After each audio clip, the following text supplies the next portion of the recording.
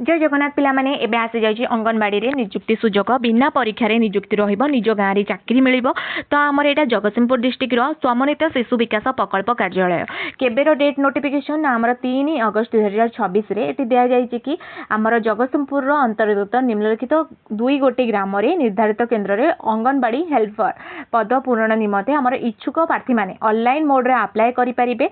केबेरु date start हो जाइए ना आमर 4 अगस्त 2026 रु डेट स्टार्ट हो जाइए केते पर्यंत ना 18/8/2026 पर्यंत आमर 18 अगस्त पर्यंत अप्लाई डेट अच्छी जो ऑनलाइन मोड रे को मोड रे ना आमर ऑनलाइन मोड रे एटी आमर वेबसाइट दे दिला एई वेबसाइट को जाई कि आपण माने निजरो फॉर्म फिल अप करि परिबे।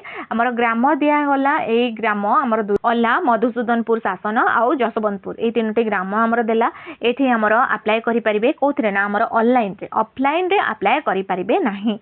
तो आमर एठी एलिजिबिलिटी क्राइटेरिया देला एलिजिबिलिटी क्राइटेरिया आमर कोन रहिबो ना प्रार्थी माने आमर आवेदन करिथिबे जो माने से माने सही निर्दिष्ट केन्द्र अधीन रे थिबा वार्ड रो साई बासिंदा होइथिबा आवश्यक। आमर महिला माने ही अप्लाई करि परिबे। बयस कथा देखिबा तो आमर 18 वर्ष रु 35 वर्ष पर्यंत बयस होइथिबा दरकार केतेरु केते ना आमर 18 वर्ष रु 35 वर्ष बा आमर 35 एज जाय होइथिबा दरकार। शिक्षागत योग्यता जदि हमें देखिबा तो आमर सेही प्रार्थी जनक आमर +2 पास होइथिबा दरकार ओडिया भाषा रे कहि पारुथिबे लिखि पारुथिबा आ बुझी पारुथिबा दरकार परी आवेदन करिवे। ऑनलाइन माध्यम रे आवेदनकारी माने हमर ऑनलाइन माध्यम रे हमर एठी वेबसाइट दे देछि एही वेबसाइट रे हमर जाई कि निज पाखरे जो साइबर कैफे हो कि निज मोबाइल रे हो फॉर्म फिल अप करि परिबे कोथिरे ना हमर ऑनलाइन माध्यम रे अपलोड करि परिबे। योग्यता आमर प्रार्थी दरखास्त आह्वान करा जाउथिबा केन्द्र परिसर अंचलर स्थायी बासिंदा होइथिबे केवल केन्द्र पई चिन्हट करा जायथिबा सर्वे तालिका मध्यरु योग्य प्रार्थी दरखास्त आवेदन करि परिबे। स्थायी बासिंदा प्रमाणपत्र कौन आमर ना आमर रेसिडेंट सर्टिफिकेट आमर सेई वार्ड भितर आपणकर घर होइतिबा दरकार आ आपण पाखरे रेसिडेंट सर्टिफिकेट थिबा दरकार।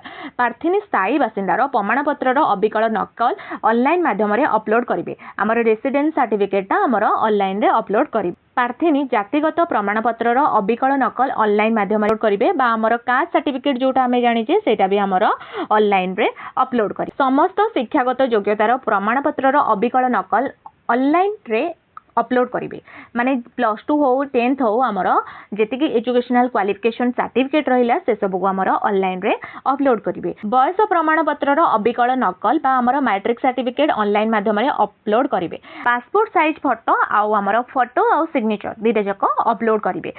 समस्त प्रमाणपत्रर आमर नकल सहित ऑनलाइन माध्यम रे तुरंत आवेदन करंतु।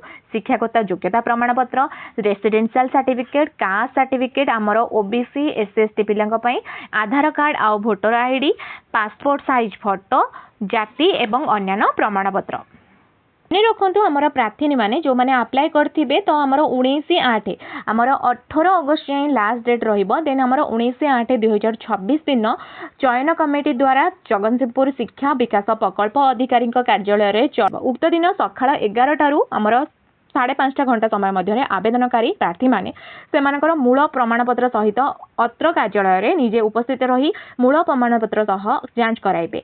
निर्धारित दिवस रे मूल प्रमाणपत्र सह जांच कराई न पारिले उक्त एप्लिकेशन को आमर विचार को नियाजिबो नाही। तो एप्लिकेशन गुडी को मूल प्रमाणपत्र सहित जांच कला परे एक योग्य आवेदनकारी तालिका संपृक्त अंगनवाड़ी केन्द्र संपृक्त ग्राम पंचायत पंचायत कमिटी कार्यालय नोटिस बोर्ड रे जनसाधारण अवगत 2026 दिन एक चिठा प्रकाश करा जिवो। योग्यता तालिका संबंध रे कोनोसी आपत्ति किंबा अभियोग थिले 20/8/2026 रु 26/8/2026 रे आपत्ति बा हमर अभियोग ऑनलाइन माध्यम रे अपलोड करिवे। हाथ लख्या कोनोसी अभियोग ग्रहणीय नुहे।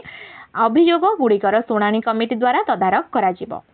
मने रखंतु आमर 19/8/2026 दिन 11 टारू आमर 5:30 पर्यंत समस्त मूल प्रमाणपत्र सहित माने जहाँ सब अप्लाई कले से गुडा को सब नेकी शिशु विकास प्रकल्प अधिकारी कार्यालय ठारे उपस्थित रहिबाकू पड़िबो।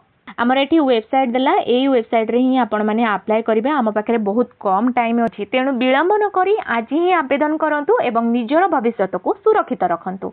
जति आजिर भिडियोटी भल लागिथिबो निश्चित भाबे लाइक शेयर सब्सक्राइब करिवे। रहिली जय जगन्नाथ।